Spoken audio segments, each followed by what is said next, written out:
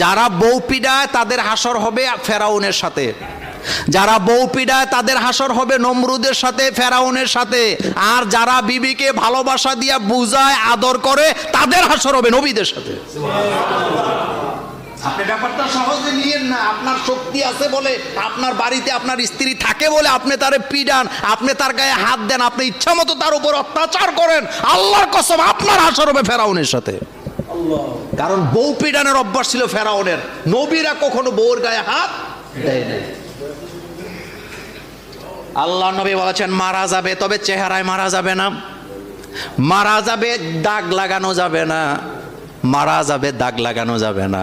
মারা যাবে, অঙ্গহানি করা যাবে না। কথা কি বুঝতেছেন? মায়ের নমুনাটা কি দেখেন। অনেকে বলবেন যে বউ পিডানের কথা কোরআনে আছে, কিন্তু আপনি বুঝেন আল্লাহ নবী বলেছেন মারা যাবে, চেহারায় মারা যাবে না। মারা যাবে কিন্তু দাগ লাগানো যাবে না। মারা যাবে কিন্তু অঙ্গহানি করা যাবে না। তাইলে এটা কি মায়ের হইল না, শিরশিরি হইল? কথা কয় না? এটা কি মায়ের হয়েছে না শিরশিরি হয়েছে? আবার বড় লাঠি দিয়ে পিটানো যাবে না, লাঠিরও সাইজ, এটা যেন মনে থাকে। আর বাঁশ লইয়া বউরে দৌড়ানি দেয়, হ্যাঁ কোদাল দিয়া দৌড়ানি দেয়।